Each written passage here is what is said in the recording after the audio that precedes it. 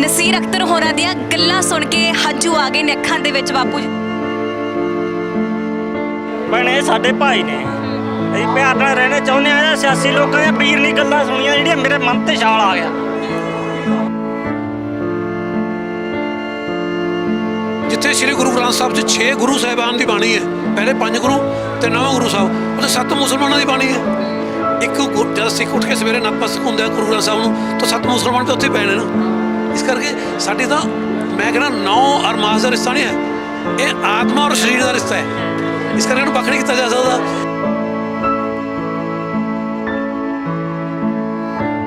ये ਜਿਹੜੇ ਦੇਗਾਂ 'ਚ ਕੌਪਰ ਦੀਆਂ ਤਾਂਬੇ ਦੇਗਾਂ 'ਚ ਚਾਵਲ ਬਣਾਏ ਜਾਂਦੇ ਨੇ, ਇਹਦਾ ਟੇਸਟ ਅਲੱਗ ਹੈ ਤੇ ਇਹ ਨਵਾਬੀ ਖਾਣਾ ਹੈ। ਤੇ ਸਾਡੀ ਕੋਸ਼ਿਸ਼ ਹੁੰਦੀ ਹੈ ਵੀ ਜਿੱਥੇ ਵੀ ਕੋਈ ਗੁਰਪੁਰਬ ਹੋਵੇ ਇਸ ਤਰ੍ਹਾਂ ਜਿੱਥੇ ਸਾਂਝੀ ਵਾਰਤਾ ਦਾ ਸੁਨੇਹਾ ਹੋਵੇ, ਅਸੀਂ ਜ਼ਰੂਰ ਉੱਥੇ ਜਾ ਕੇ ਮਲੇਰਕੋਟਲੇ ਦੀ ਇਸ ਪਿਆਰ ਦੀ ਮਹਿਕ ਨੂੰ ਵੰਡੀਏ।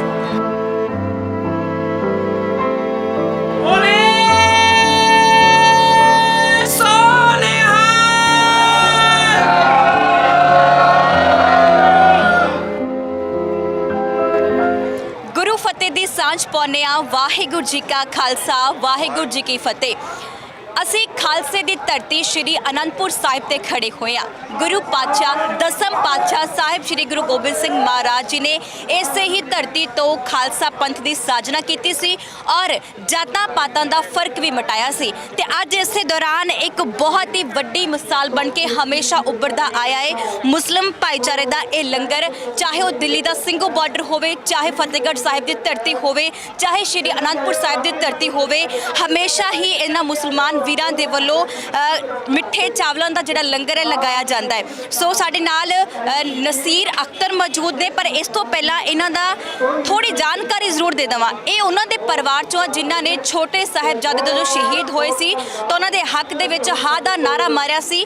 ਗੁਰੂ ਗੋਬਿੰਦ ਸਿੰਘ ਮਹਾਰਾਜ ਜੀ ਦੇ ਨਾਲ ਉਹਨਾਂ ਨੇ ਪ੍ਰੇਮ ਨਿਭਾਉਣ ਵਾਲੇ ਉਹ ਸਾਰੇ ਹੀ ਮੁਸਲਮਾਨ ਸਨ ਜਿਨ੍ਹਾਂ ਨੇ ਹਾਂ ਦਾ ਨਾਰਾ ਮਾਰਿਆ ਸੀ ਛੋਟੇ ਸਾਹਿਬਜ਼ਾਦਿਆਂ ਦੇ ਜਦੋਂ ਸ਼ਹੀਦੀ ਹੋਈ ਸੀ।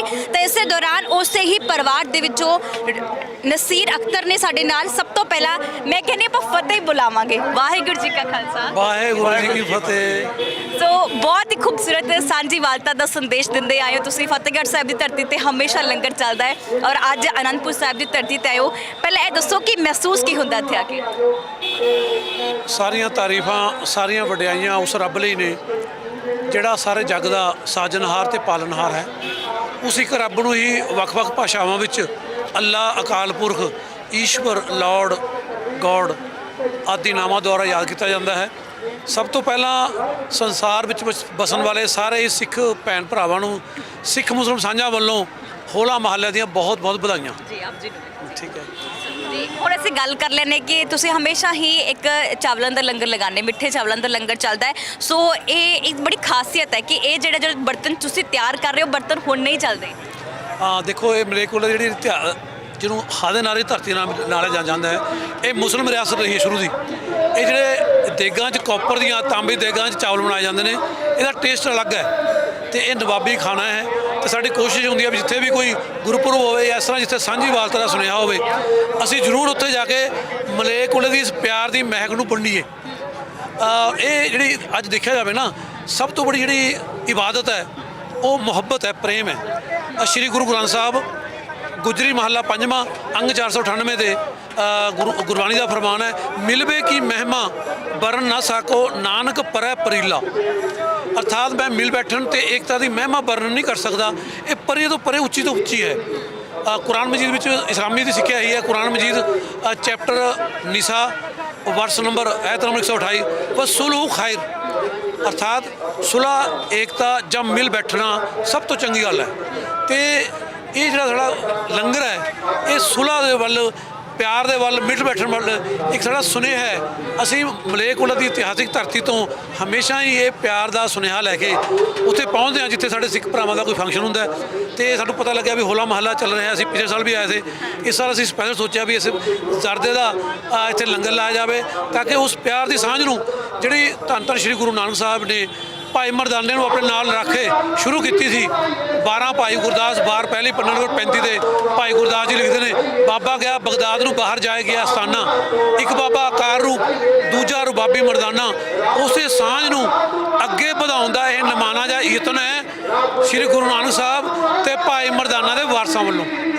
ਬਿਲਕੁਲ, ਅਸੀਂ ਦੇਖ ਰਹੇ ਇੱਕ ਬੋਰਡ ਵੀ ਬਾਹਰ ਲੱਗਾ, ਤੁਸੀਂ ਬੈਨਰ ਲਗਾਇਆ ਹੋਇਆ ਹੈ। ਇਹ ਜਿਹੜੇ ਸਾਰੇ ਗੁਰੂ ਪਾਤਸ਼ਾਹ ਨਾਲ ਪ੍ਰੇਮ ਨਿਭਾਉਣ ਵਾਲੇ ਮੁਸਲਮਾਨ ਸਨ। ਸੋ ਜਦੋਂ ਇਹ ਲੋਕ ਪੜ੍ਹਦੇ ਨੇ ਤੇ ਆ ਕੇ ਪੁੱਛਦੇ ਵੀ ਨੇ ਕਿ ਹਾਂਜੀ ਇਹਨਾਂ ਨੇ ਹਾਂ ਦਾ ਨਾਰਾ ਮਾਰਿਆ ਸੀਗਾ। ਅਸਲ ਗੱਲ ਕੀ ਹੈ, ਕੋਈ ਵੀ ਕੌਮ ਸਾਰੀ ਦੀ ਸਾਰੀ ਚੰਗੀ ਨਹੀਂ ਹੁੰਦੀ, ਸਾਰੀ ਸਾਰੀ ਬੁਰੀ ਨਹੀਂ ਹੁੰਦੀ। ਹਰ ਇੱਕ ਕੌਮ ਵਿੱਚ ਚੰਗੇ ਮੰਦੇ, ਸਿਆਣੇ ਮੂਰਖ, ਵਿਦਵਾਨ ਅਨਪੜ੍ਹ, ਗਰੀਬ ਅਮੀਰ, ਨੇਕ ਤੇ ਬੁਰੇ ਆਦਮੀ ਹੁੰਦੇ ਨੇ। ਇੱਕ ਆਦਮੀ ਦੀ ਨੇਕੀ ਤੋਂ ਸਾਰੀ ਕੌਮ ਨੇਕ ਨਹੀਂ ਬਣ ਜਾਂਦੀ ਤੇ ਇੱਕ ਆਦਮੀ ਦੀ ਬੁਰਾਈ ਤੋਂ ਸਾਰੀ ਕੌਮ ਪੂਰੀ ਨਹੀਂ ਹੋ ਸਕਦੀ। ਪਰ ਸਾਡੀ ਇਹ ਬਦਕਿਸਮਤੀ ਹੈ, ਕੁਝ ਸਿਆਸੀ ਲੋਕਾਂ ਨੇ ਜਿਹੜੇ ਸਿਆਸਤ ਦੇ ਭੁੱਖੇ ਨੇ, ਉਹਨਾਂ ਨੇ ਕੁਝ ਅਜਿਹੇ ਲੋਕਾਂ ਨੂੰ ਅੱਗੇ ਲਿਆ ਕੇ ਉਹ ਸਾਡੇ ਵਿਚਕਾਰ ਇੱਕ ਭਰਮ ਭੁਲੇਖੇ ਪਾਉਣ ਦੀ ਕੋਸ਼ਿਸ਼ ਕੀਤੀ ਹੈ, ਜਿਹੜੇ ਹਰ ਜਗ੍ਹਾ ਰਹੇ ਨੇ।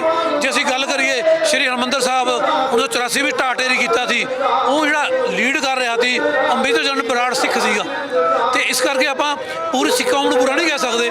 ਇਸ ਤਰ੍ਹਾਂ ਹੀ ਮੁਸਲਮਾਨਾਂ 'ਚ ਵੀ ਚੰਗੇ ਬੁਰੇ ਲੋਕ ਹੋਏ ਨੇ, ਲੇਕਿਨ ਮੈਜੋਰਟੀ, ਮੈਂ ਆਪਣੇ ਇੱਕ ਲੇਖ 'ਚ ਤਕਰੀਬਨ 95 ਉਹਨਾਂ ਪਾਤਰਾਂ ਦੇ ਨਾਮ ਦਿੱਤੇ ਨੇ ਜਿਹੜੇ ਗੁਰੂ ਸਾਹਿਬ ਤੇ ਗੁਰੂ ਘਰ ਨਾਲ ਪਿਆਰ ਕਰਦੇ ਰਹੇ ਨੇ।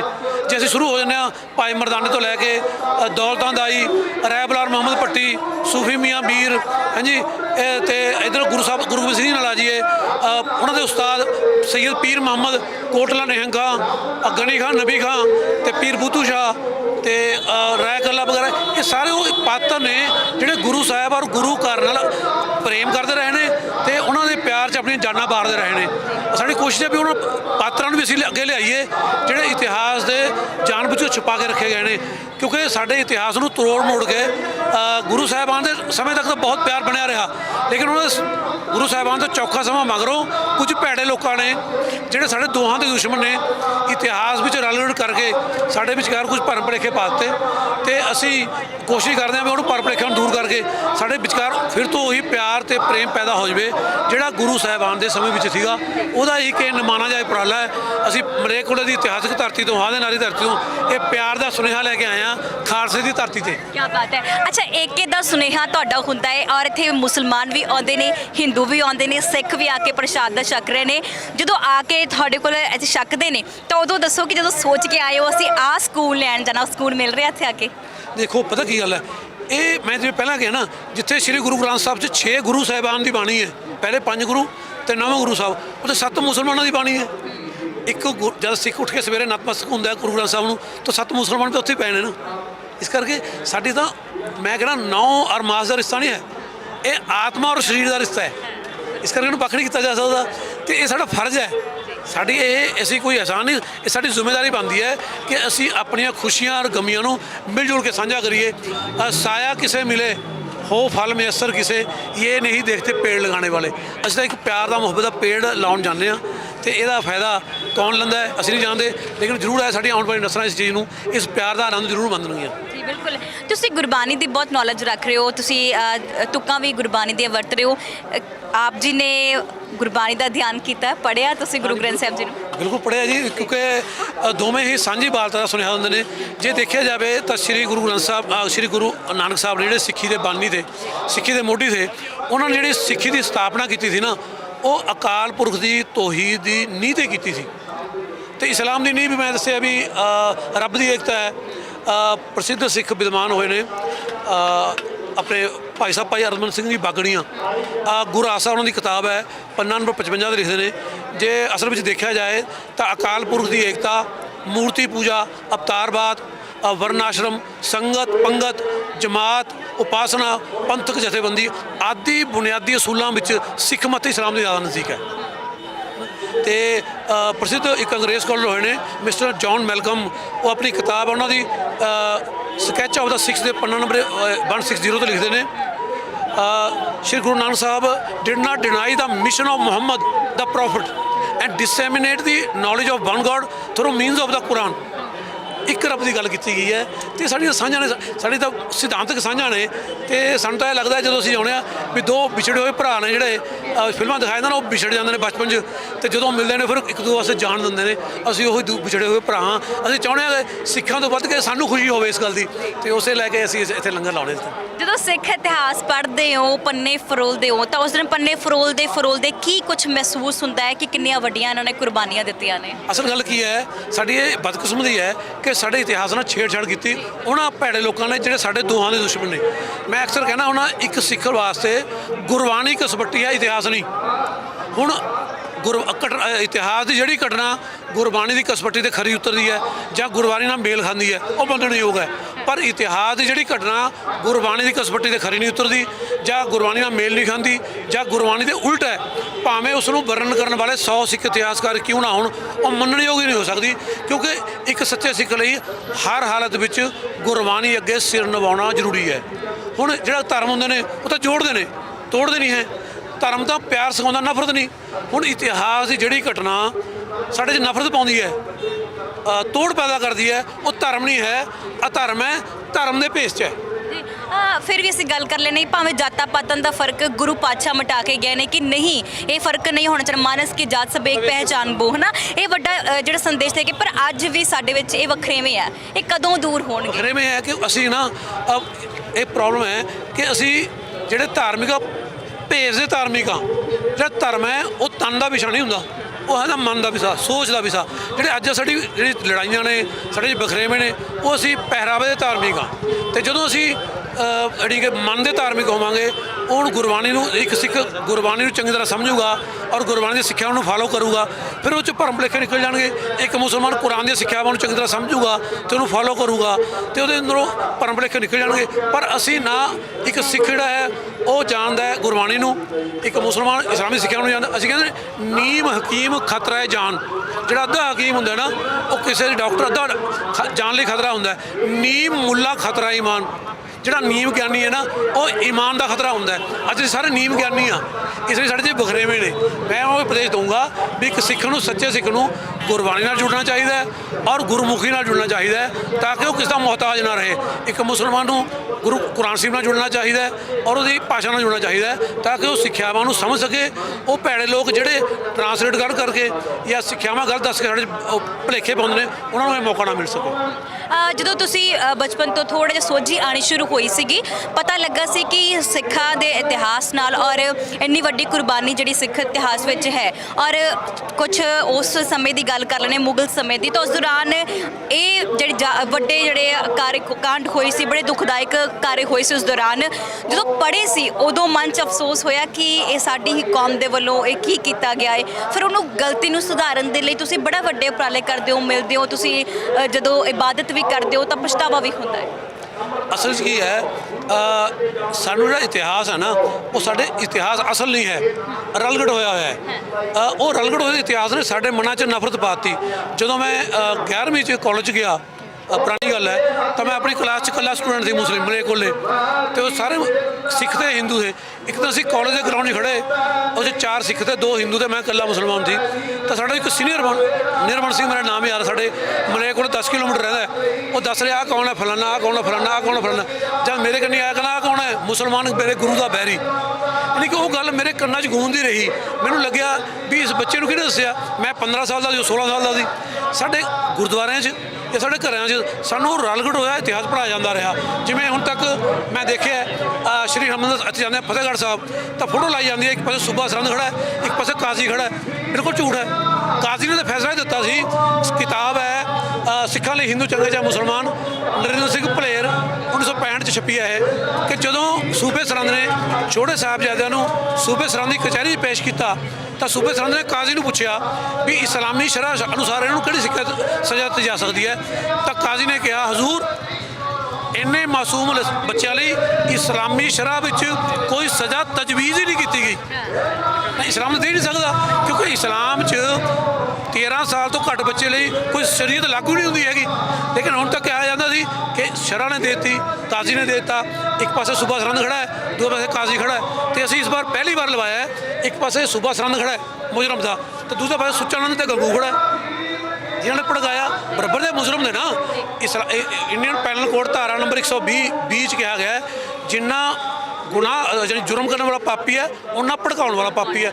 ਤੇ ਜੇ ਸੂਬੇ ਸਰਹੰਦ ਨੇ ਸਾਹਿਬਜ਼ਾਦੇ ਨੂੰ ਚੜਵਾਇਆ ਤਾਂ ਸੁੱਚਾਨੰਦ ਨੇ ਭੜਕਾਇਆ ਹੈ ਤੇ ਗੰਗੂ ਨੇ ਉਹਨੂੰ ਧੋਖਾ ਦੇ ਕੇ ਗ੍ਰਿਫਤਾਰ ਕਰਾਇਆ ਹੈ। ਤੇ ਸਾਰੇ ਬੰਦੇ ਨੂੰ ਹੋਣਾ ਚਾਹੀਦਾ ਨਾ। ਇਹ ਇਤਿਹਾਸ ਦੀ ਜਿਹੜੀ ਰਲਗੜ ਸੀ ਇਹਨੇ ਸਾਡੇ ਖਿਲਾਫ ਨਫ਼ਰਤ ਪਾਈ, ਲੇਕਿਨ ਇਹ ਹੈ ਵੀ ਹੁਣ ਆਹਿਸਤਾ ਆਹਿਸਤਾ ਦੂਰ ਹੋ ਰਹੀ ਹੈ, ਕਿਉਂਕਿ ਅਸੀਂ ਨਫ਼ਰਤ ਨੂੰ ਨਫ਼ਰਤ ਨਾਲ ਹੀ ਪਿਆਰ ਨਾਲ ਕੱਟ ਸਕਦੇ ਹਾਂ। ਤੇ ਸਾਡੀ ਇਹ ਕੋਸ਼ਿਸ਼ ਹੈ ਵੀ ਅਸੀਂ ਉਹ ਪਿਆਰ ਨੂੰ ਦੁਬਾਰਾ ਲਿਆਈਏ ਤੇ ਉਹਨਾਂ ਲੋਕਾਂ ਨੂੰ ਜਿਹੜੇ ਭੈੜੇ ਲੋਕਾਂ ਨੇ, ਖਾਸ ਕਰ ਸਿਆਸੀ ਲੋਕ ਨੇ ਜਿਹੜੇ ਆਪਣੇ ਕੁਰਸੀ ਲਈ ਸਾਡੇ ਵਿੱਚ ਧਰਮ ਦੇ ਨਾਮ ਤੇ ਵੰਡੀਆਂ ਪਾਉਂਦੇ ਨੇ, ਕੌਮ ਦੇ ਨਾਮ ਤੇ। उनका जो काम है वो अहले सियासत जाने, उनका जो काम है वो अहले सियासत जाने। मेरा पैगाम मोहब्बत है, जहाँ तक पहुँचे मोहब्बत का पैगाम देता है, मोहब्बत का पैगाम लेके आया। हाथ नारे धरती मलेरकोटला तो खालसा की धरती श्री आनंदपुर साहब। ਇੱਕ ਸਵਾਲ ਪੁੱਛਾਂਗੀ, ਕਿਤਾਬਾਂ ਕਿੰਨੇ ਕੁ ਪੜ੍ਹੀਆਂ ਤੁਸੀਂ? ਬੜਾ ਗਿਆਨ ਰੱਖਦੇ ਹੋ, ਨਾਲ ਪੰਨਾ ਦੱਸ ਰਹੇ ਹੋ, ਇੰਨੇ ਪੰਨੇ ਤੇ ਇਹ ਲਿਖਿਆ ਔਰ ਇੰਨੇ ਚ ਸੰਨ 'ਚ ਇਹ ਕਿਤਾਬ ਛਪੀ ਹੋਈ ਹੈ। ਤੇ ਬਸ ਜਿੰਨੀਆਂ ਕੁ ਮਿਲਦੀਆਂ ਨੇ ਪੜ੍ਹ ਲੈਣੇ ਆ। ਮੈਂ ਤਾਂ ਇੱਕ ਵਿਦਿਆਰਥੀ ਹਾਂ ਜੋ ਪਾਠ ਚੇਤੇ ਕਰਦਾ ਉਹ ਸੁਣਾ ਦਿੰਦਾ ਬਸ। ਬਹੁਤ ਬਹੁਤ ਧੰਨਵਾਦ, ਤੁਸੀਂ ਬਹੁਤ ਵਧੀਆ ਉਪਰਾਲਾ ਕਰ ਰਹੇ ਹੋ। ਔਰ ਨਾਲ ਦੇ ਸਾਥੀ ਹੈ, ਜਦੋਂ ਇਹਨਾਂ ਨੂੰ ਤੁਸੀਂ ਤੋੜਦੇ ਹੋ ਤਾਂ ਇਹ ਕੀ ਕਹਿੰਦੇ ਹੁੰਦੇ ਹੋ? ਨਹੀਂ, ਸਾਡੇ ਇਹ ਟੀਮ ਵਰਕ ਹੈ। ਟੀਮ 'ਚ ਕੋਈ ਜਿਵੇਂ ਆਪਾਂ ਕਲੱਬ ਬਣਾਉਣਾ, ਕੋਈ ਪ੍ਰਧਾਨ ਹੈ, ਕੋਈ ਸੈਕਟਰੀ ਹੈ, ਸਾਰਿਆਂ ਦਾ ਕੰਮ ਹੁੰਦਾ ਇੱਕ ਨਾ। ਤੇ ਸਾਰੀ ਟੀਮ ਹੈ, ਕੋਈ ਸਾਡੇ ਉਹ ਨਹੀਂ ਹੈ, ਕੋਈ ਉੱਚ ਨੀਚ ਨਹੀਂ ਹੈ। ਇਹ ਸਾਰੇ ਮਿਲ ਜੁਲ ਕੇ ਇੱਕ ਉਪਰਾਲਾ ਕੀਤਾ ਹੈ ਵੀ ਮੈਂ ਤਾਂ ਅਕੇਲਾ ਹੀ ਚਲਾ ਥਾ ਜਾਨਵੇ ਮੰਜ਼ਿਲ, ਲੋਕ ਮਿਲਤੇ ਗਏ, ਕਾਰਵਾ बनता गया। आज वो कारवां बन गया। गुरु नानक साहब कल्ले ही चले थे ना, उसने शुरू भी नहीं हुई थी, लेकिन उन्होंने जो उदासियाँ कीतियाँ, लोगों जाके चर्चा की ਤਾਂ ਇੱਕ ਕਾਫਲਾ ਬਣ ਗਿਆ। ਅੱਜ ਸਿੱਖ ਸੰਗਤ ਖੜੀ ਹੈ ਗੁਰੂ ਸਾਹਿਬ ਦੇ ਚਲਾਇਆ ਹੋਇਆ। ਤੇ ਇਸ ਤਰ੍ਹਾਂ ਅਸੀਂ ਇੱਕ ਪਿਆਰ ਦਾ ਸੁਨੇਹਾ ਲੈ ਕੇ ਚੱਲੇ ਹਾਂ। ਅਸੀਂ ਥੋੜ੍ਹੇ ਜਿਹੇ ਹਾਂ ਤੇ ਆਉਣ ਵਾਲੀ ਨਸਲਾਂ 'ਚ ਦੇਖੂਗਾ ਇੱਕ ਪੂਰਾ ਕਾਫਲਾ ਬਣਿਆ ਹੋਊਗਾ ਜਿਹੜਾ ਸਿੱਖ ਮੁਸਲਮਾਨਾਂ ਨੂੰ ਇਕੱਠਾ ਲੈ ਕੇ ਚੱਲੂਗਾ।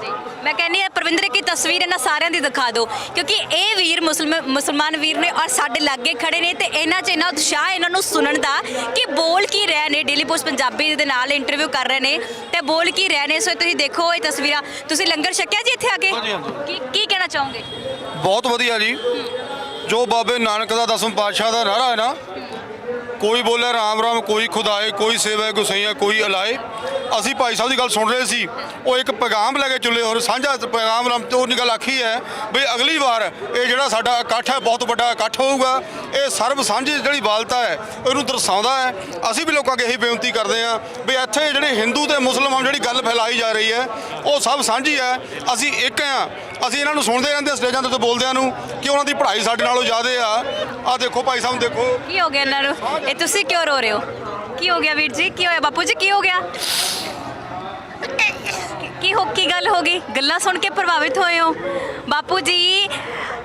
ਨਸੀਰ ਅਖਤਰ ਹੋਰਾਂ ਦੀਆਂ ਗੱਲਾਂ ਸੁਣ ਕੇ ਹੰਝੂ ਆ ਗਏ ਨੇ ਅੱਖਾਂ ਦੇ ਵਿੱਚ ਬਾਪੂ ਜੀ। ਬਾਪੂ ਜੀ ਕੀ ਗੱਲ ਹੋ ਗਈ? ਕੀ ਮਨ ਚ ਆ ਰਿਹਾ? ਨਸੀਰ ਫੁੱਟ ਗਿਆ ਬਾਪੂ ਜੀ ਦੀ, ਨਸੀਰ ਫੁੱਟ ਗਈ। ਪਾਣੀ ਦਿਓ, ਪਾਣੀ ਲੈ ਕੇ ਆਓ। ਕੀ ਗੱਲ ਹੋ ਗਈ ਬਾਪੂ ਜੀ? ਰੋਏ ਕਾਤੋਂ ਆ? ਭੈਣੇ ਸਾਡੇ ਭਾਈ ਨੇ, ਅਸੀਂ ਪਿਆਰ ਨਾਲ ਰਹਿਣਾ ਚਾਹੁੰਦੇ ਆ। ਸਿਆਸੀ ਲੋਕਾਂ ਦੀਆਂ ਵੀਰ ਨਹੀਂ ਗੱਲਾਂ ਸੁਣੀਆਂ ਜਿਹੜੀਆਂ ਮੇਰੇ ਮਨ ਤੇ ਛਾਲ ਆ ਗਿਆ।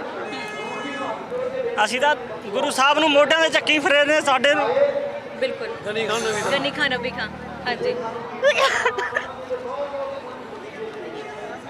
ਸ਼ਬਦ ਨਹੀਂ ਹੈ ਮੇਰੇ ਕੋਲ, ਕਿਉਂਕਿ ਇਸ ਵੇਲੇ ਇਹਨਾਂ ਨੇ ਗੱਲਾਂ ਸੁਣੀਆਂ ਤਾਂ ਇਹਨਾਂ ਦਾ ਮਨ ਜਿਹੜਾ ਆ ਉਹ ਰੋ ਪਿਆ ਹੈ ਕਿ ਅਸੀਂ ਜਿਹੜੇ ਆ ਹਮੇਸ਼ਾ ਏਕੇ 'ਚ ਰਹਿਣਾ ਚਾਹੁੰਦੇ ਆ, ਪਰ ਸਾਡੇ 'ਚ ਵੰਡੀਆਂ ਪਾਈਆਂ ਗਈਆਂ ਨੇ। ਇਹ ਰਾਜਨੀਤੀ ਲੋਕਾਂ ਨੇ ਭੈਣੇ। ਆਏ ਕਿੱਥੋਂ ਹੋ ਤੁਸੀਂ? ਪੰਜਾਬ ਤੋਂ ਆ। ਕਿਹੜੀ ਜਗ੍ਹਾ ਤੋਂ ਆ? ਸੰਗਰੂਰ ਜ਼ਿਲ੍ਹੇ ਤੋਂ। ਸੰਗਰੂਰ ਜ਼ਿਲ੍ਹੇ ਦੇ ਹੋ। ਇਹ ਮਲੇਰਕੋਟਲਾ ਤੋਂ ਨੇ। ਇਹ ਸਾਡੇ ਭਾਈ ਨੇ, ਨਾਲ ਰਹਿੰਦੇ ਸਾਡੇ। ਅਸੀਂ ਹਰ ਮੋਢੇ ਨਾਲ ਮੋਢਾ ਨਾਲ ਜੁੜ ਕੇ ਖੜੇ ਆ ਇਹਨਾਂ ਦੇ। ਜੀ ਜੀ।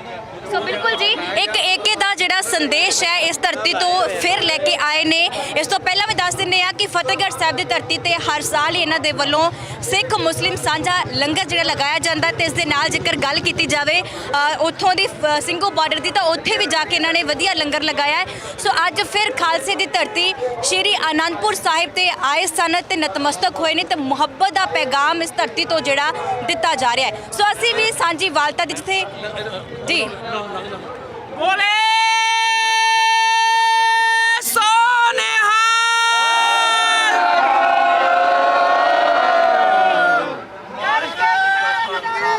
ਅੱਲਾਹੁ ਅਕਬਰ, ਅੱਲਾਹੁ ਅਕਬਰ। ਬਾਬੇ ਨੇ ਆਦ ਹੋ ਜਾ ਗੁਰੂ ਗ੍ਰੰਥ ਸਾਹਿਬ ਜੀ ਮਨ ਨੂੰ ਭਾਵੇ। ਹਾਂ ਸ੍ਰੀ ਅਕਾਲ। ਬੋਲੇ ਸੋਨਿਹਾਲ। ਸ੍ਰੀ ਅਕਾਲ।